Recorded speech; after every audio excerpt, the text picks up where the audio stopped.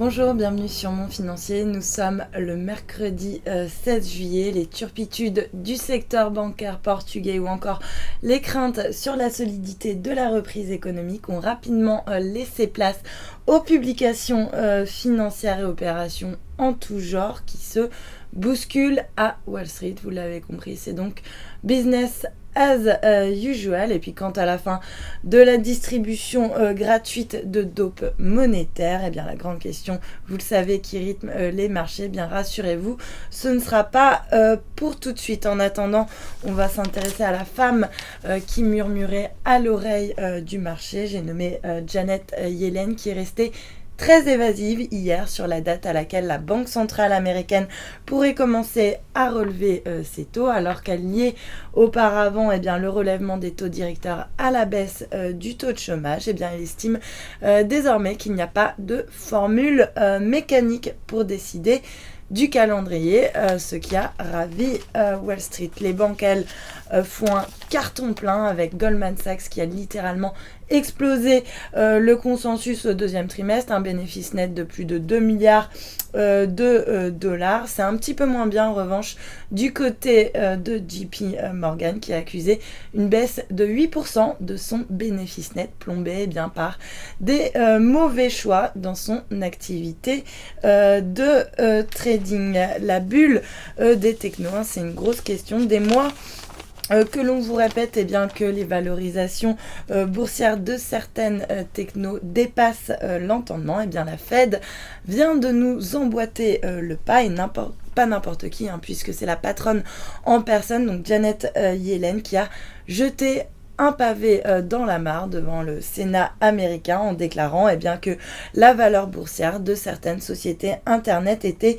très exagérée, une mise en garde donc qui intervient alors que de grands noms de la Silicon Valley, on se souvient notamment de Twitter, qui ont levé de vastes sommes d'argent, alors qu'on doute quand même sur la viabilité de leur business model, de quoi susciter des craintes de bulles Internet. En parlant de bulles, justement, le très populaire réseau social japonais Line, qui revendique donc 470 millions d'abonnés, puis une croissance assez indécente également de 233%, donc qui vient de déposer un dossier pour entrer donc à la bourse de Tokyo cet automne, une capitalisation qui pourrait avoisiner 1000 milliards de yens, l'équivalent de 7,2 milliards d'euros. Il s'agirait alors de l'une des plus grosses opérations enregistrées sur la place Tokyoite cette année. Mystère Nobody ou encore Jean-Claude Juncker, qui n'a pas levé les foules hier, mais qui a été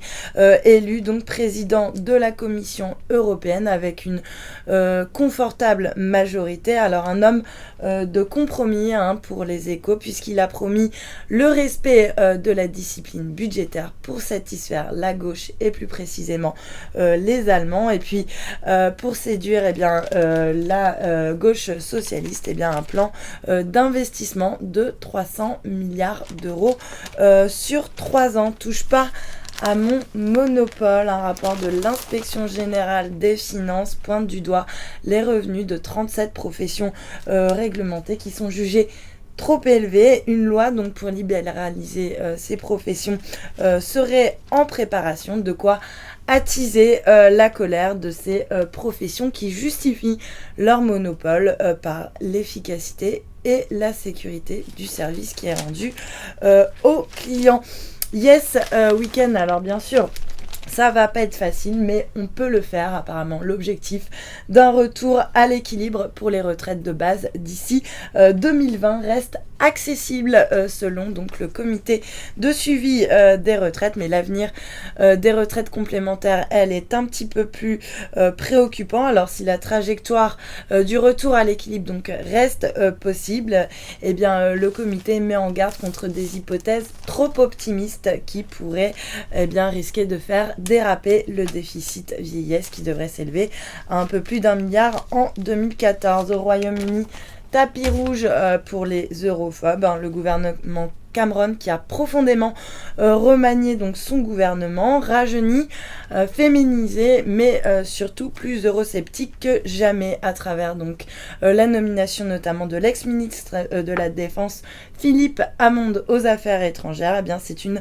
victoire politique, ni plus ni moins, pour le parti europhobe UKIP qui est arrivé donc en tête aux européennes et qui a fait de la sortie du Royaume-Uni de l'Union européenne sa marque de fabrique. Le chiffre du jour, 470 millions d'euros, eh bien c'est le montant de la fraude à la carte bancaire en hausse de 4,6% sur un an, la rançon du succès pour le commerce en ligne. Et puis quand la taille compte, eh bien on se souvient des TER qui étaient trop larges, qui avaient été commandés par la SNCF et qui nécessitaient un vaste plan de rabotage des quais. Eh bien aujourd'hui, c'est la RATP qui annonce qu'elle va devoir elle aussi remplacer des escaliers mécaniques pourtant flambant neufs parce qu'ils sont trop larges de 10 cm, une boulette quand même à 6 millions d'euros. Et puis on termine avec une histoire assez amusante en une du Financial Times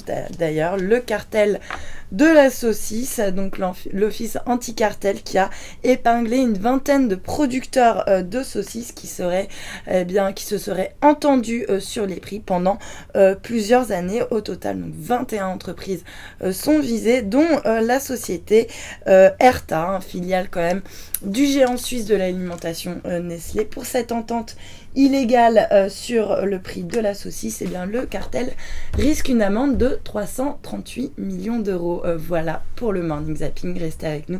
Très bonne journée.